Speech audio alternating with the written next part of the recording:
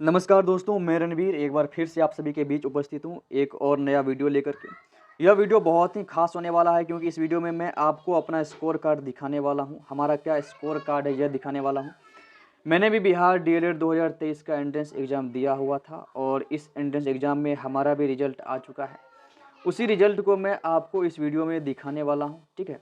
इसके साथ साथ मैं आपको यह भी बताने वाला हूँ कि यह जो इम्पोर्टेंट इन्फॉर्मेशन लिखा हुआ है, जो कि आपके स्कोर कार्ड में भी ज़रूर लिखा होगा, इम्पोर्टेंट इन्फॉर्मेशन यह जो आप यहाँ पर देख पा रहे हैं, इस महत्वपूर्ण जानकारी में क्या क्या बातें लिखी गई है, सभी को मैं ट्रांसलेट करके आपको बताने वाला हूँ, अच्छी तरह से समझाने वाला हूँ। कुल मिलाकर यह वीडियो बहुत ही इंटरेस्टिंग होने वाला है और सबसे इंटरेस्टिंग तो यह होने वाला है क्योंकि इस वीडियो में मैं आपको अपना स्कोर कार्ड दिखाने वाला हूँ कि हमारा क्या स्कोर रहा है। और भी बहुत सारी बातें होंगी इस वीडियो में, तो आपसे रिक्वेस्ट है कि इस वीडियो के लास्ट तक बने रहिएगा। एक रिक्वेस्ट और करना चाहूँगा आपसे कि अगर आपने हमारे चैनल को अभी तक सब्सक्राइब नहीं किया है तो प्लीज़ सब्सक्राइब कर लीजिए और बेल आइकन को भी दबा लीजिएगा, क्योंकि इस चैनल पर डीएलएड से जुड़ी हुई तरह तरह की जानकारी आपको मिलती रहेगी। आप इस चैनल को ज्वाइन करके रखिएगा तो आप अपडेटेड रहिएगा डीएलएड से जुड़ी हुई जानकारी के लिए। तो इसलिए आप हमारे चैनल को जरूर सब्सक्राइब कर लीजिए। चलिए दोस्तों, बिना आपका समय बर्बाद किए हुए सीधा हम पॉइंट पे आते हैं। यहाँ पर आप देख पा रहे हैं Bihar school examination board DElEd joint entrance test 2023 यह लिखा हुआ है। यह हमारा स्कोर कार्ड है। स्कोर कार्ड को आप देख सकते हैं। स्कोर कार्ड यहाँ पर आप देख सकते हैं। स्कोर कार्ड, आपका भी स्कोर कार्ड दोस्तों ऐसा ही होगा, लेकिन आपके स्कोर कार्ड में आपका नाम होगा, आपसे जुड़ी हुई जानकारी होगी और आपका वहाँ पे पिक होगा, यानी कि फ़ोटो होगा। लेकिन यह हमारा स्कोर कार्ड है तो इसमें ऑब्वियस सी बात है कि हमारी ही पिक आपको देखने को मिलेगी। आप देख सकते हैं यह हमारी तस्वीर है। आपने अगर हमारी वीडियो को देखा होगा इसके पहले तो आप निश्चित रूप से इस तस्वीर के माध्यम से हमें पहचान पाएंगे। इस तस्वीर को आपने देख लिया, इसके नीचे हमारा सिग्नेचर है, जो कि हमारा सिग्नेचर ऑफिशियल सिग्नेचर है। फिर एप्लीकेशन आईडी मैं यहाँ पे दिखाता हूँ आपको। यह हमारा एप्लीकेशन आईडी आप देख सकते हैं। इसको मैंने हाइड किया हुआ है। हाइड करने का रीज़न ये है कि कुछ गोपनीयता होती है दोस्तों, सभी की गोपनीयता होती है और सभी की गोपनीयताओं का सम्मान होना चाहिए और सभी में हमारी गोपनीयता भी निश्चित रूप से आती है। फिर रोल नंबर जो है वो अगली लाइन में रोल नंबर है। रोल नंबर आप देख सकते हैं। रोल नंबर को भी मैंने हाइड किया हुआ है, लेकिन अपने नाम को मैंने हाइड नहीं किया हुआ है। अगर मैं अपने नाम को भी हाइड कर लेता तो आप ऐसा समझते कि मैं किसी दूसरे व्यक्ति का स्कोर कार्ड आपको दिखा रहा हूं, इसीलिए मैंने अपने नाम को हाइड नहीं किया हुआ है। फिर अपने मदर्स नेम को मैंने हाइड किया हुआ है। मदर्स नेम के बाद जो फादर्स नेम है उसको भी मैंने हाइड किया हुआ है। मदर्स नेम, फादर्स नेम और डेट ऑफ बर्थ को भी हाइड किया हुआ है। फिर जेंडर जो है, जेंडर हमारा मेल है। ये कोई बताने वाली बात नहीं है, ऑब्वियस सी बात है कि आप लोग पहले से ही जानते हैं कि हमारा जेंडर मेल है। फिर कैटेगरी की बात की जाए तो कैटेगरी हमारा बीसी है, यानी कि मैं पिछड़े वर्ग से बिलोंग करता हूँ। बीसी कैटेगरी है हमारी। बैकवर्ड कास्ट हमारी कैटेगरी है।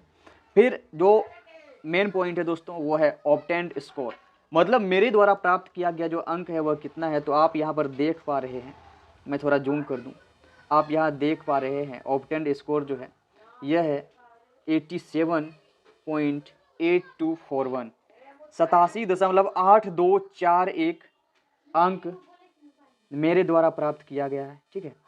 इतना अंक मेरे द्वारा प्राप्त किया गया है और रिजल्ट जो है हमारा वो आप देख सकते हैं। रिजल्ट हमारा है पास या फेल, यहाँ पे आप देख सकते हैं। तो यहाँ पर पास लिखा हुआ है। पास का मतलब पास आप समझ चुके हैं कि मतलब इस एग्ज़ाम को मैं क्वालिफाई कर चुका हूँ। उसके बाद मैं बात करूँगा ओवरऑल रैंक की। तो ओवरऑल रैंक आप देख पा रहे हैं। ओवरऑल रैंक जो है यह है 492। यह 492 जो है यह पूरे बिहार में हमारा रैंक है। पूरे बिहार में ये हमारा रैंक है 492। आप देख पा रहे हैं 492। ओवरऑल का मतलब यही होता है कि बिहार में जितने भी छात्र छात्राओं ने इस परीक्षा को दिया है उन सभी छात्र छात्राओं में मेरा जो स्थान है वो पूरे बिहार में वो 492वां स्थान है। यह आपने देख लिया। उसके बाद मैं बात करता हूँ कैटेगरी रैंक की। तो कैटेगरी रैंक आप यहाँ पर देख पा रहे हैं। यह जो कैटेगरी रैंक है यह 198 है। मतलब हमारी जो कैटेगरी है, हमारी कैटेगरी जो कि आप पहले जान चुके हैं, हमारी कैटेगरी है बीसी। बीसी यानी कि बैकवर्ड क्लास। और बैकवर्ड क्लास में जो बैकवर्ड कास्ट, माफ़ कीजिएगा, बैकवर्ड कास्ट यहाँ पर लिखा हुआ है, मतलब पिछड़ा वर्ग। तो पिछड़े वर्ग में जो हमारी कैटेगरी में रैंक है, कैटेगरी वाइज जो रैंक है वो है 198। मतलब कुल मिलाकर यह देखा जाए इतना रैंक मैंने प्राप्त किया है ओवरऑल पूरे बिहार में और कैटेगरी रैंक हमारा ये है। तो इस आधार पर मैं तो इतना श्योर हूँ कि हमें निश्चित रूप से गवर्नमेंट कॉलेज मिलेगा। गवर्नमेंट कॉलेज में हमारा दाखिला 100% हो जाएगा, क्योंकि ये रैंक जो है वो बहुत अच्छा रैंक है। और भी बहुत सारे छात्र छात्राओं का रैंक मैं देख पा रहा हूँ जिन्होंने मुझे अपना स्कोर कार्ड भेजा है, उसका बहुत कम आया है। किसी का 70 पॉइंट कुछ आया है तो किसी का 68, किसी का 48। तो इस आधार पर अगर मैं देखूं, अपने आप को मैं जज करूं, वैसे तो मैं जज नहीं हूं, लेकिन अगर मैं अपने आप को जज करूं इस आधार पर, तो निश्चित रूप से हमारे डिस्ट्रिक्ट में हमें गवर्नमेंट कॉलेज में एडमिशन मिल सकता है। ठीक है, इस प्रकार से मैंने आपको अपना स्कोर कार्ड दिखा दिया।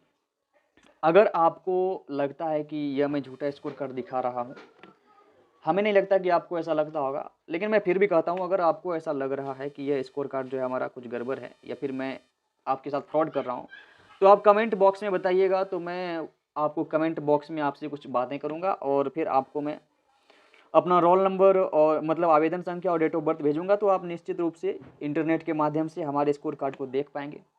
लेकिन हमें पूरा विश्वास है कि आप हम पर विश्वास करते हैं, इसीलिए आप इस वीडियो को देख रहे हैं। आपके मन में ऐसी बातें बिल्कुल नहीं आएगी। अब मैं आगे बढ़ता हूँ, अब आगे बताता हूँ कि क्या लिखा हुआ है। Date of declaration of result, मतलब रिजल्ट घोषित करने की जो तिथि है, यह आप देख पा रहे हैं 16/10/2023। 16 अक्टूबर 2023 को रिजल्ट घोषित की गई है, आप सभी लोग जानते हैं। उसके बाद जो इम्पोर्टेंट इन्फॉर्मेशन है, जो बहुत छात्र छात्राओं को समझ में नहीं आ रहा है, कोई बात नहीं है, मैं हूँ आपका भाई, आपका दोस्त, आपको समझाने के लिए, क्योंकि आपने हम पर इतना विश्वास किया है, भरोसा किया है। तो मैं आपको समझाऊंगा कि ये सारी बातें क्या लिखी हुई है, और सभी का मैं विश्लेषण भी करता जाऊंगा, आपको अच्छी तरह से समझाते भी जाऊंगा। ना केवल इसका ट्रांसलेट करूंगा, बल्कि इसका हिंदी मीनिंग बताने के साथ साथ इसको अच्छी तरह से इसकी व्याख्या करने की भी पूरी कोशिश करूंगा। ठीक है, तो सबसे पहले पॉइंट की मैं बात कर लूँ। जो पहला पॉइंट यहाँ पर आप देख पा रहे हैं, यह पहला पॉइंट जो है, देख लीजिए दोस्तों, पहला पॉइंट। इसको मैं पहले अंग्रेजी में पढ़ता हूँ, फिर इसका हिंदी बताने की कोशिश करूँगा। This score card is for use in admission in session 2023-25 in NCTE recognised and BSEB affiliated institution of Bihar only. मतलब ये है इसका मतलब ये है, यह स्कोर कार्ड केवल बिहार के NCTE का मैं आपको फुल फॉर्म बता दूं। NCTE का फुल फॉर्म होता है national council for teacher education. अगर इसकी हिंदी की बात की जाए तो इसका हिंदी होता है राष्ट्रीय शिक्षक शिक्षा परिषद। मतलब ये कि यह स्कोर कार्ड केवल बिहार के NCTE मान्यता प्राप्त और BSEB यानी बिहार स्कूल एग्जामिनेशन बोर्ड से संबद्ध संस्थानों में सत्र 2023-25 में प्रवेश के लिए है। मतलब यह जो स्कोर कार्ड आप देख रहे हैं, यह स्कोर कार्ड केवल इसलिए है कि आपको 2023 से 25 में दाखिला मिल सके, जो कि बिहार बोर्ड के द्वारा संबद्ध संस्थान है और वह NCTE से मान्यता प्राप्त है। ठीक है, पहला पॉइंट को मैंने समझा दिया। अब दूसरे पॉइंट की चर्चा कर लें। दूसरे पॉइंट में लिखा है, the admission of student will be made on the basis of obtained score with pass result only and choice preference through OFSS portal of BSEB। इसका हिंदी है, छात्र का प्रवेश केवल उत्तीर्ण परिणाम के साथ प्राप्त अंक और BSEB के OFSS पोर्टल के माध्यम से पसंद की प्राथमिकता के आधार पर किया जाएगा। मतलब आपका जो एडमिशन होगा, आपने कितने नंबर प्राप्त किए हैं, मतलब नंबर तो प्राप्त किए हैं आप पास हुए हैं या फेल, इस आधार पे होगा। और आप जिस कॉलेज को चॉइस में मतलब चूज करते हैं, जिस कॉलेज को आप पहली पसंद या दूसरी पसंद में चुनते हैं, उसके अनुसार ही होगा। और यह सब होगा OFSS पोर्टल पर, जो कि BSEB का पोर्टल है। OFSS का मैं आपको फुल फॉर्म बता दूं, online facilitation system for students. यह जो है OFSS का फुल फॉर्म है। यह फुल फॉर्म मैंने आपको बता दिया, और फुल फॉर्म बताने के साथ साथ मैंने आपको यह भी समझा दिया दूसरे पॉइंट में कि छात्र का प्रवेश केवल उत्तीर्ण परिणाम के साथ प्राप्त अंक और BSEB के OFSS पोर्टल के माध्यम से पसंद की प्राथमिकता के आधार पर किया जाएगा। मतलब ये है इस पॉइंट के कहने का कि आपके ज़िले में जो सरकारी DLED कॉलेज है, वैसे तो सभी विद्यार्थियों की प्राथमिकता होती है कि उनका एडमिशन सरकारी कॉलेज में ही हो। तो सरकारी कॉलेज में जो आप दाखिला लेना चाहेंगे, तो आपके अनुसार जो है वो चूज करेंगे आप फर्स्ट चॉइस में उसको, निश्चित रूप से आप फर्स्ट चॉइस में ही उसको चूज करेंगे। और भी बहुत सारे छात्र छात्राओं के द्वारा उसी कॉलेज को अगर फर्स्ट चॉइस में चूज किया जाता है, तो किस छात्र छात्राओं ने सबसे अधिक नंबर प्राप्त किए हैं, उनके आधार पर उनका दाखिला होगा। मान लीजिए मैं अपना ही उदाहरण लेता हूँ, किसी और का उदाहरण लेने की कोई आवश्यकता नहीं। मेरा ओवरऑल रैंक आया हुआ है 492, जो कि आपने देखा। ठीक है, 492 मेरा ओवरऑल रैंक आया हुआ है। मान लीजिए मेरे ज़िले का नाम ए है और मेरे ज़िले में एक कॉलेज है बी में, और इस बी में आपको 100 सीट देखने को मिल रहा है, जो कि डीएलएड में नामांकन के लिए है 100 सीट। तो इसमें अगर मैं अप्लाई करता हूँ फर्स्ट चॉइस में, मैं इस कॉलेज को ही चूज करता हूँ, ठीक है। और बाकी जो 491 छात्र हैं, 491, अगर इसमें से मान लीजिए 200 छात्र ने भी इसी को चूज कर लिया, तो यहाँ पे तो मेरा दाखिला नहीं हो पाएगा। यहाँ पे किसका दाखिला होगा? यहाँ पे उसी विद्यार्थी का दाखिला होगा जो हमसे आगे है, जो हमसे रैंक में आगे है। मतलब आप समझ लिए ना। अगर कैटेगरी वाइज भी मैं वहाँ पे अपने आरक्षण का लाभ लेना चाहूँगा, अपने आरक्षण का लाभ लेना चाहूँगा, तो 198वां रैंक आया हुआ है मेरा, और मेरे कैटेगरी में तो हमसे आगे 197 है। अगर वो 197 आवेदन कर देते हैं उसी ए नाम के कॉलेज में, ए मतलब बी नाम के कॉलेज में जो कि ए ज़िले में है, ठीक है, इसमें आवेदन कर देते हैं, तो निश्चित रूप से उसी का होगा। दूसरा पॉइंट यही समझाने की कोशिश करता है। अब तीसरे पॉइंट की बात करेंगे दोस्तों। तीसरा पॉइंट आप यहाँ पर देख पा रहे हैं, candidate particulars have been indicated as mentioned by her slash देकर के हिम लिखा हुआ है, him in the online application form which is subject to verification by the admitting institution. तीसरा पॉइंट का मतलब है अभ्यर्थी का विवरण, ऑनलाइन आवेदन। यह जो अभ्यर्थी का विवरण है, तीसरे पॉइंट की मैं बात कर रहा हूँ, अभ्यर्थी का जो विवरण है यह ऑनलाइन आवेदन पत्र में उसके द्वारा उल्लिखित अनुसार दर्शाया गया है, जो प्रवेश देने वाली संस्था द्वारा सत्यापन के अधीन है। मतलब यह जो आप देख पा रहे हैं स्कोर कार्ड में जो नाम, आपके पिता का नाम, आपका डेट ऑफ बर्थ लिखा हुआ है, यह सब जो है यह आपने ही दिया था आवेदन करते समय। जब आप आवेदन कर रहे थे उस समय यह आपके द्वारा ही भरा गया था, ठीक है। और आप जहां नाम लिखवाइएगा अपना, जहां आप नामांकन कराइएगा, क्या कराइएगा? नामांकन। जहां पर आप नामांकन कराइएगा तो वहां पे उस संस्था के द्वारा इसका सत्यापन किया जा सकता है, और किया जाएगा ही जाएगा, तभी आपका नामांकन वहाँ पे होगा। तो तीसरा पॉइंट मैंने आपको समझा दिया है। तीसरे पॉइंट में क्या था कि अभ्यर्थी का विवरण ऑनलाइन आवेदन पत्र में उसके द्वारा उल्लिखित अनुसार दर्शाया गया है, जो प्रवेश देने वाली संस्था द्वारा सत्यापन के अधीन है, ठीक है।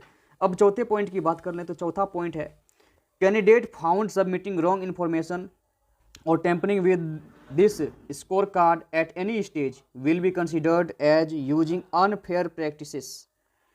BSB will cancel the candidature and take legal action as per applicable law in such cases। मतलब ये कि उम्मीदवार किसी भी स्तर पर गलत जानकारी जमा करते या इस स्कोर कार्ड के साथ छेड़छाड़ करते हुए पाया गया तो उसे अनुचित प्रथाओं का उपयोग करने वाला माना जाएगा।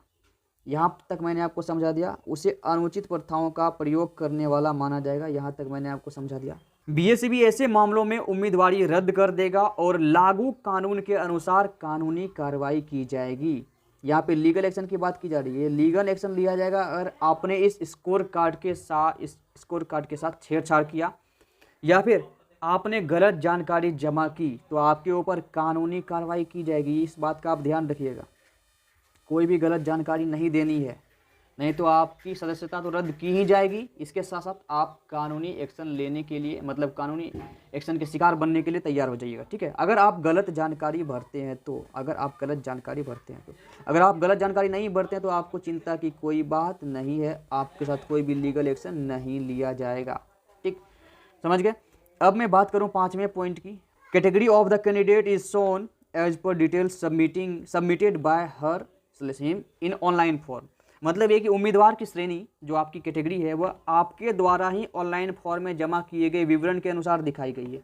आपने जब आवेदन किया था उस समय जो आपने कैटेगरी सेलेक्ट की थी उसी कैटेगरी को यहाँ पर दर्शाया गया है। यह था पॉइंट नंबर 5।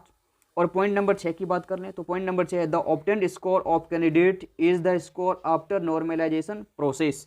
मतलब ये कि उम्मीदवार का प्राप्त स्कोर सामान्यीकरण प्रक्रिया के बाद स्कोर है, मतलब नॉर्मलाइजेशन जो किया गया है उसके बाद यह स्कोर है। तभी आप देख पा रहे हैं यह पॉइंट में है यह नॉर्मलाइजेशन प्रक्रिया, मतलब सामान्यीकरण प्रक्रिया के बाद ही इतना आया हुआ है, ठीक है। तो इस प्रकार से मैंने आपको अपना स्कोर कार्ड दिखा दिया।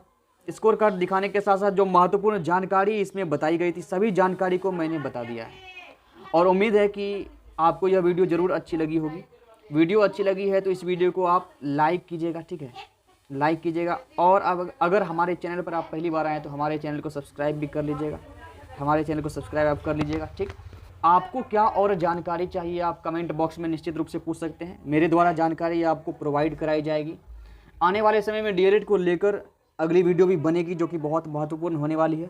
इसलिए आप हमारे चैनल पर जो बेल आइकन आपको दिखाई दे रहा है उसको भी दबा लीजिएगा कि जैसे ही मैं आपके लिए डीएलएड का कोई वीडियो बनाऊंगा तो उसकी नोटिफिकेशन सबसे पहले आप तक पहुंचेगी और आपको नामांकन के समय कोई असुविधा ना हो, इसके लिए मैं हर संभव प्रयास करूंगा। आपको जो सटीक जानकारी होता है वह देने की पूरी कोशिश करूंगा। आज का वीडियो हम यहीं पे समाप्त करते हैं, फिर मिलेंगे एक नई वीडियो में। तब तक के लिए जय हिंद,